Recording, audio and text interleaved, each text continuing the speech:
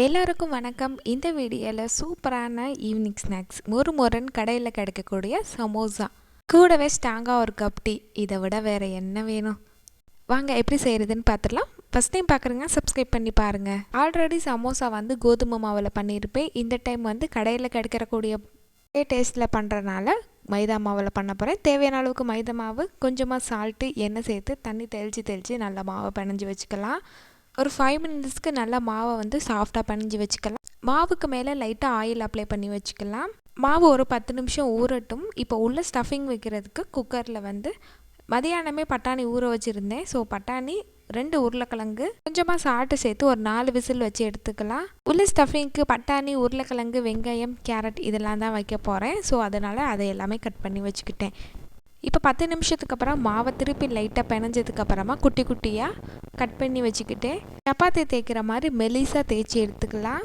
இந்த தேய்க்கிற ஷீட்டை நம்ம தோசைக்கல்லில் போட்டு லைட்டாக ஹீட் பண்ணி எடுக்கணும். அப்போ தான் சமோசா நல்லா மொறுன்னு கிடைக்கும்.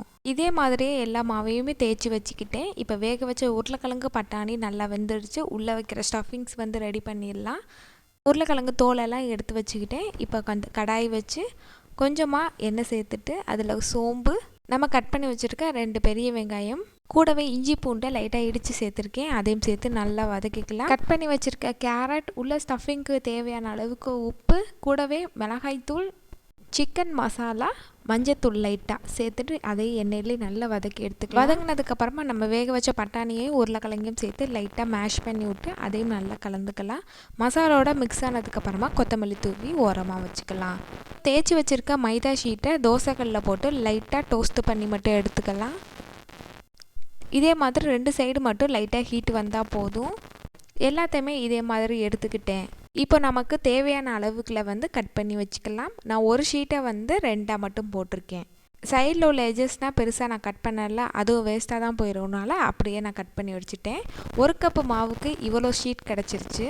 இதிலே ஒரு 20 சமோசா பக்கம் போட்டு எடுத்துடலாம். இப்போ சமோசா சீட்டை எடுத்துகிட்டு இந்த மாதிரி கோன் ஷேப்பில் மடித்து வச்சுக்கலாம்.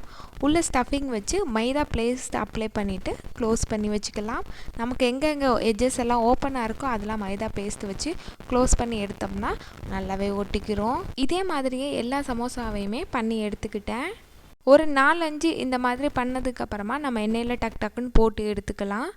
இப்போ ஒரு கடாயில் ஹீட் பண்ணதுக்கப்புறமா பொரிக்கிறதுக்கு தேவையான அளவுக்கு எண்ணெய் ஊற்றி சூடானதுக்கப்புறமா ஒவ்வொரு சமோசாவாக போட்டு பொரித்து எடுத்துடலாம். 2 சைடுமே நல்லா வேகிற அளவுக்கு லோ டு ஹை ஃப்ளேமில் வச்சு நல்லா பொரிச்சிக்கணும்.